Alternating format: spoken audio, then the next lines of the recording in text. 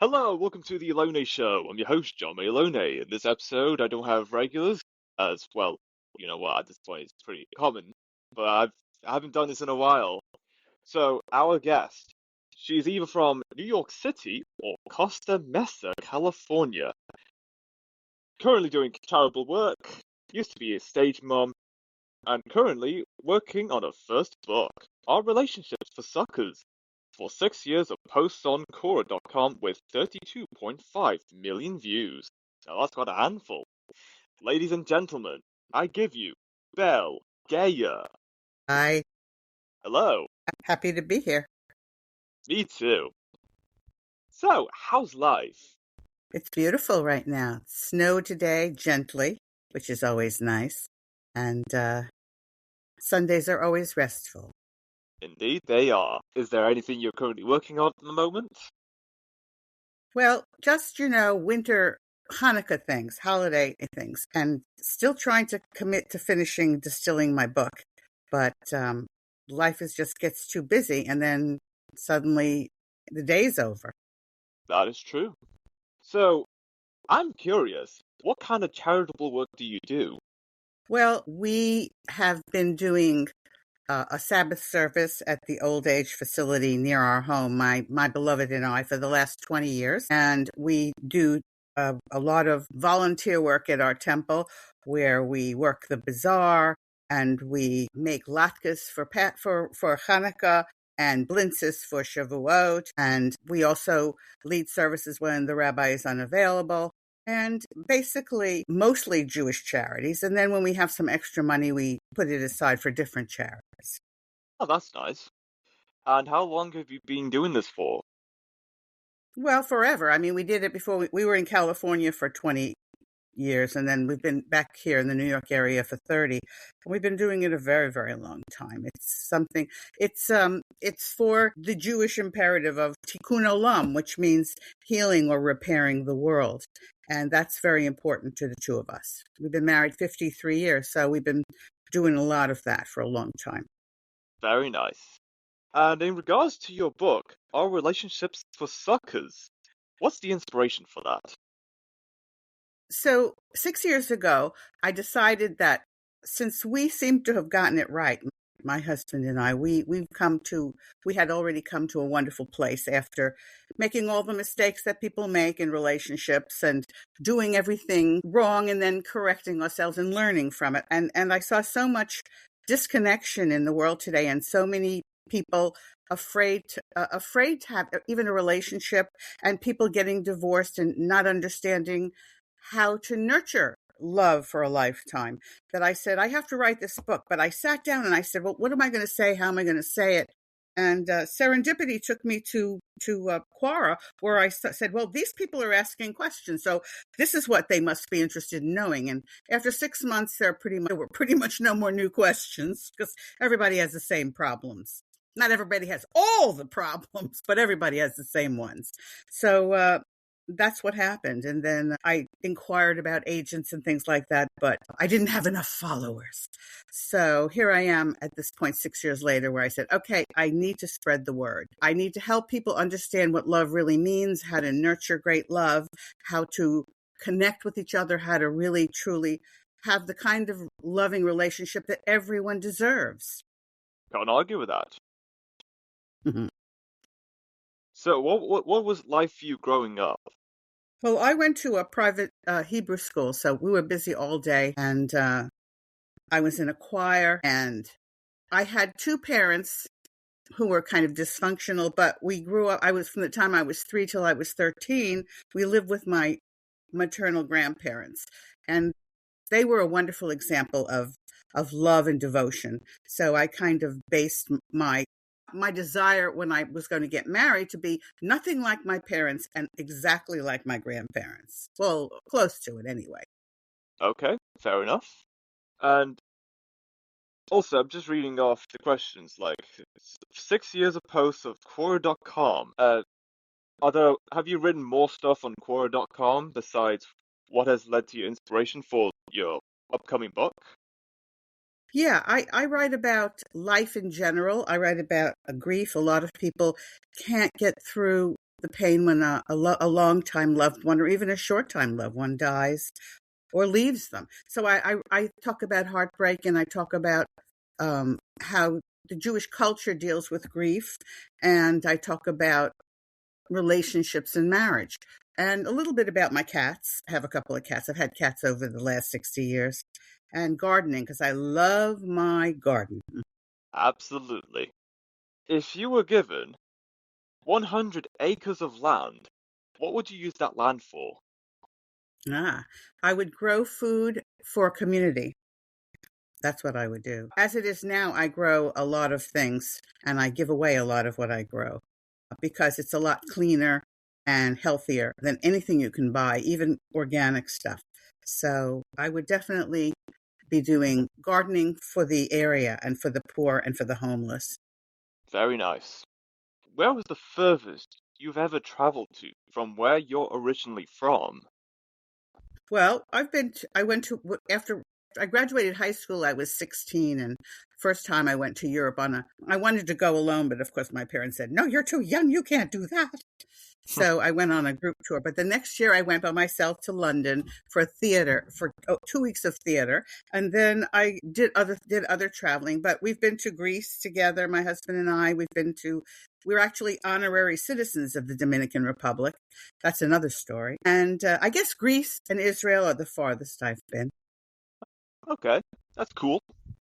Are there any places around the world that you haven't been to yet that you would like to go someday?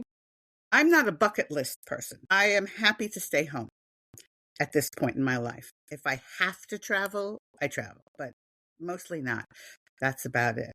Our son lives in Las Vegas, so we don't gamble when we go, but we do see the shows and we visit him. But that's really the only place I travel to at this point in my life. I'd say the same thing. If It's good to enjoy where you live. It's the best. You it should sure love is. being home.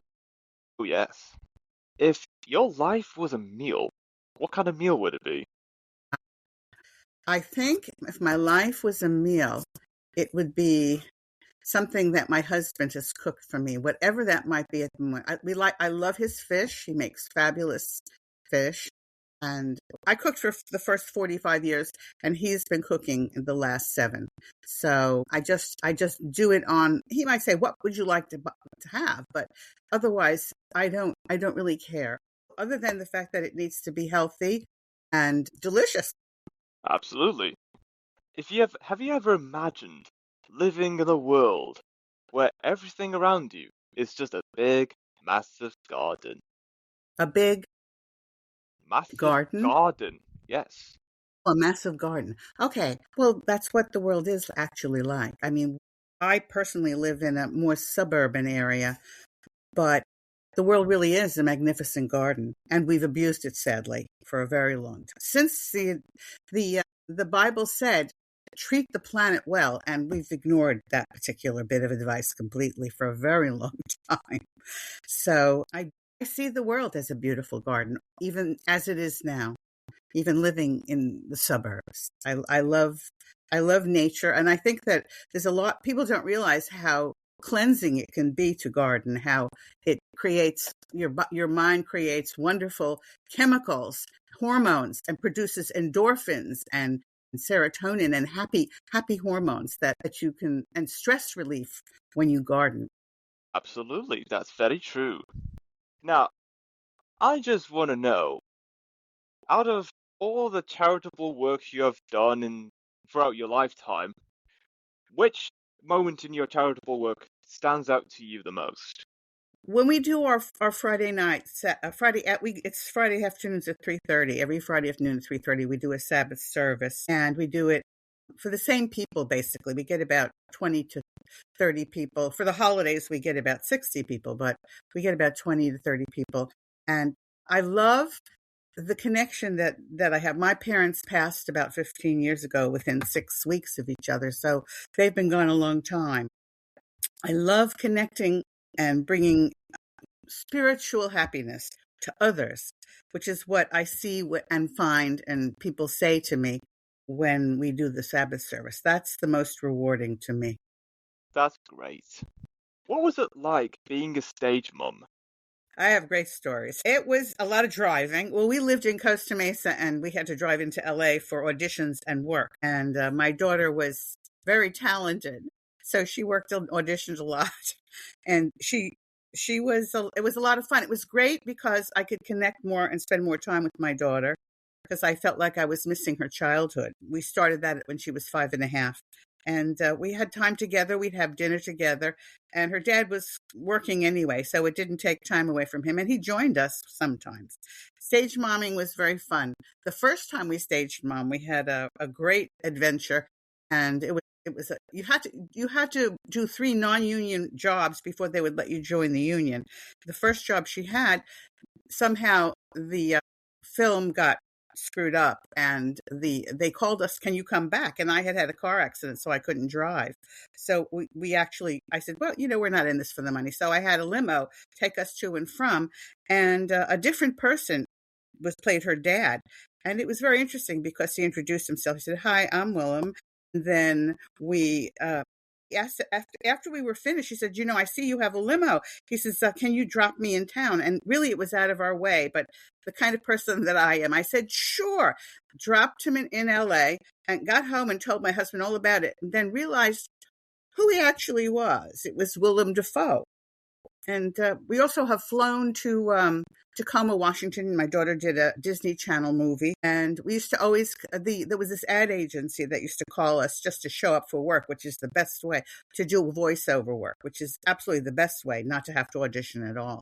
It was very, very interesting, and I got to spend time with my daughter, taking her horseback riding and to all of her dance lessons and gymnastics. It was wonderful. It did put a lot of stress on my husband, though, to bring in that extra paycheck. Fair enough. If you could travel back in time, what decade would you want to go back to? I wouldn't. I love my memories. I've lived I'm 74 now, so I've lived a very, very full and satisfying and unusual and unique life. And I would definitely not go back. I'm looking forward to the future. That's a very good point. Even I have great moments, but of course, it is best to leave them in the past and move forward for what is yet to come. Indeed. But yes, I think a positive state of mind helps with that, though. I think if you look at life as a journey and an adventure and believe that when you feel that positive things will happen, that they do, then you can be happier. exactly. Is there an app that doesn't exist yet that you wish does exist? I wish I'm very computer savvy and I use a lot of apps. I have to admit, but I'm not fond of AI because I like to use my own head, my own mind to create. But is there an app that? Yeah, I would love an app that could clean my house. Don't we all? Yeah, I would think so. That's why they invented those moving vacuum cleaners on the floor and mops. What's your favorite ice cream topping? I'm a purist. And I'm a lactose intolerant, so I don't eat much ice cream, but I do eat frozen yogurt. I'm a purist, but my favorite ice cream is chocolate chip. Okay. What was the strangest dream you've ever had? Well, okay, I will admit to you that I have trouble falling asleep, and so I use CBD gummies to do that. So I've been having some pretty strange dreams with. I have two kinds. One is a regular kind, and one has Delta in it. Those Delta ones give me very strange and very, very vivid dreams every night. Okay. I don't know why, but quite recently I had a dream where I was back in college and with all the familiar faces that were there. But for some reason, there was one guy that I remember from high school was also there, and I was playing the groups with people I went to college with, but also with that one guy I went to high school with. Like, what is he doing there? I don't What recall was he being. doing? Yeah, that's what I want to know. What was he doing at my college? Like, I haven't seen him since high school. What is he doing at my college? That is so trippy for me. Well, it was, but I think that what happens is as we get older, once in a while a thought will pop into our head like, whatever happened to blah blah blah, and so and when you're sleeping and your mind is always active, so unless you're in a very very deep sleep. So if you're dreaming, then you will dream about what popped into your head, which is interesting. Mostly what I dream about is finding bathrooms because unfortunately I have to get up often to go during the night. Fair enough. If you could actually, no, never mind. I think we covered that question. You like staying within your own home. Yes, I much prefer. I love being home, and I'm blessed because my husband works out of the house, so we get to spend more time together, and that's like joyous. So, what else is there to say? Yeah. What was the craziest thing you've ever done in a theater? Well, when I was in high school, I used to go into. I lived in Rockaway, which is 2 hours by train from the city, but I used to go into the city all the time and I'm talking about Broadway theater right now. I used to go into the city all the time, and I don't know if they still have this, but they used to have standing room only tickets for students. So you would come in and you would be standing in the back, and then generally after the intermission you'd get to sit down when the seats were available. I think that was the most wonderful thing that I used to do. And also I used to go to Shakespeare in the Park. Today it's hard to get tickets, but when I was a kid, it wasn't. So I used to travel into the city all the time to go to see Shakespeare in the Park. But movie theater wise, nothing exciting other than eating lots of popcorn. Yeah, very true. What kind of music do you often listen to? Well, I am not a fan of today's music. I was spoiled because I was born in 1951, so my teenage years were the 60s and the 60s were my teenage years. And I still listen. I have a 300 CD player. And God knows they don't make them anymore. I don't know what's going to happen when it dies. I'll be very distressed because I can put that on random, or I can pick a CD to listen to. And I love, of course, the Beatles and of course Simon and Garfunkel. But I do like some current people, not many, but I do adore Phil Oakes. I'm sure you're not familiar with him. He was a folk singer, but not a folk singer. He objected to the war in Vietnam and all of that wonderful stuff. So I listened to all of my old CDs with a few things like Train and nothing more recent other than Josh Groban, whom I think has the most beautiful voice I've ever heard. Yes. Okay. I can see. Even I'd also say that I'm not too fond of today's music. It's getting repetitive and a bit, how do I put it nicely? It's a bit of a slop, you know? It's boring. It's boring. It's poppy. It's yeah. I mean, I was thinking Crowded House. I love Crowded House. So, there's a lot of groups that I love, and nothing current except for Josh Groban because he has such an exquisite voice. Unfortunately, his last album was, I don't think was well. His songs were well chosen, but otherwise, yeah, I do listen to a lot of music, but old music. Me too. Would you consider yourself to be an extrovert or an introvert? Very much an extrovert. Fair enough. What's the most useful thing you own? My computer, of course. Makes sense. How did you spend your last birthday? Let's see. My last birthday, we went to Las Vegas to visit our son, and we went to see Josh Groban in the Coliseum in Las Vegas. That was fun. But I hate leaving my kitties. I have two sweet kitties at this point in my life right now, and I hate to leave them. When we only leave them for like 3 days. That's the most we leave them alone. And I don't like somebody else coming in and taking care of them because they would just hide under the bed anyway. They're not very social. They're kind of anxious. Yes, yes. If someone wrote a book about you, what do you think its title would be? My goodness. Wow. I'll have to think about that. It's not something that comes immediately to mind. Okay, I think okay, this is what it would be. It would be called Your Yetzer Hatov instead of Your Yetzer Hara, just like Belle. And to tell you what a Yetzer HaTov and a Yetzer Hara is, that's important right now. The Jewish people, Jewish philosophically believes that human nature is dual. That we all share a dual nature, a good side and a bad side. Yetzer Hara would be bad or evil thoughts and inclinations, and Yetzer HaTov would be good thoughts and inclinations. And I'm a firm believer that, and the Yetzer Hara can be very overwhelming for most people, if not all people, at least some of the time. And sometimes it's good because there's some ego in that, which is good. Some ego is, of course, good to have, and sometimes it's important to know when to use that.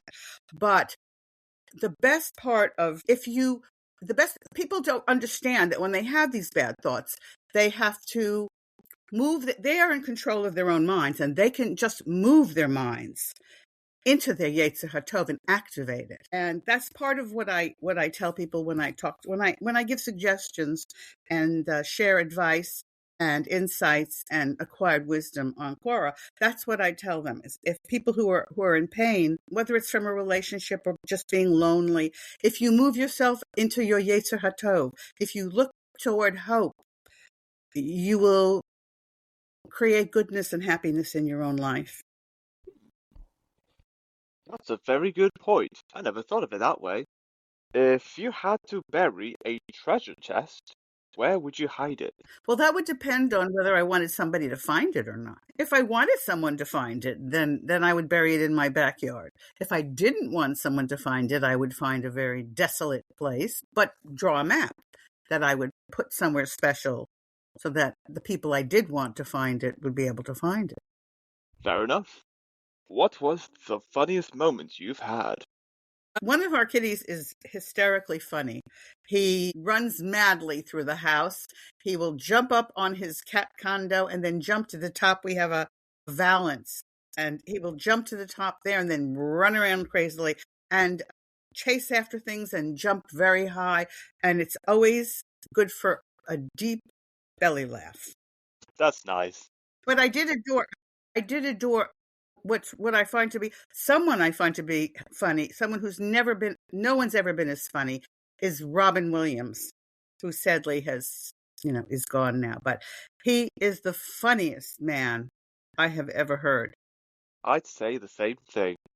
What restaurant do you eat at most? Well, I'm spoiled because my husband loves YouTube for cooking videos.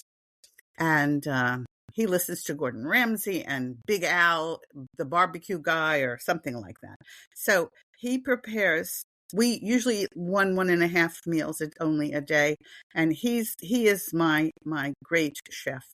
But we used to love, when we were young, the Four Seasons in New York used to have a seasonal menu, and every course had a different wine. And that was always fun because waiters would drop trays. It was a lot of fun, but it is no longer in existence. I could see that. Have you heard of a drink called banana friche? Fair enough. That's what they all say. Well, if you ask me a question, you will always get an honest answer. Hopefully a gentle, kind one, but once in a while, not so much. And I respect that. Sometimes people need a kick in the pants, I mean, that's when I answer the questions. I try to I'm always caring, but sometimes people require something a little sterner. That's the mother in me. That is true. Where do you see yourself 10 years from now? Wow. Well, sadly, I can already see. It's really interesting to see when I started to feel old. I think I didn't start to feel old until I was in my late 60s. And every year since, it's been dramatically feeling older. I'm still active, but I have bad knees so that I can't do a lot of what I used to like to do, which would have been Pilates and walking more and high intensity workouts, which I can't do anymore because of my knees. But I just love it. I love just living. Where will I be in 10 years?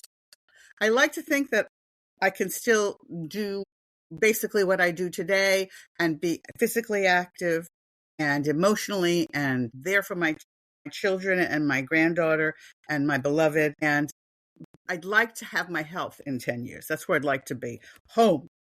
healthy in the next 10 years from now. Yes, exactly. I'm just thinking of a particular moment in time, and I know you said that you don't want to rely too much on AI or have concerns about AI. Actually, I'd say the same thing because the thing is, whilst AI could do whatever in whatever ways possible, there's a concern that people become too reliant on AI to the point when you can't live or go on with your life without it.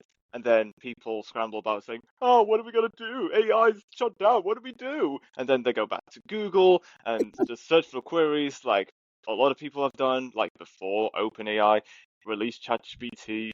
And yeah, I think this generation is cooked, in my opinion. And this is coming from someone whose generation was mostly raised in the late teens with technology. Yeah, yeah. Well, I think the worst thing I see is the way people are walking in the streets with their phones in their hands, bent over like cripples, like hunchbacks, with their phones in their hands. And there's no social interaction. There's no smiling unless they're laughing at something someone's actually saying to them on the phone or something that they're watching. But it's so depersonalized. It's horrible. It's absolutely god awful. And it's also bad for your physical and emotional health. Really bad for it. People, people sit across a table from each other on a date and they text each other. What is that? What is that? It's horrible. Put your phones aside. Connect with each other. Communication is the cornerstone of all healthy, happy, successful, fulfilling relationships. Personal, business, and friendships. All relationships. And people aren't communicating anymore. They're too busy on their phones doing their own things. Very, very true. Couldn't agree with it more than I do right now.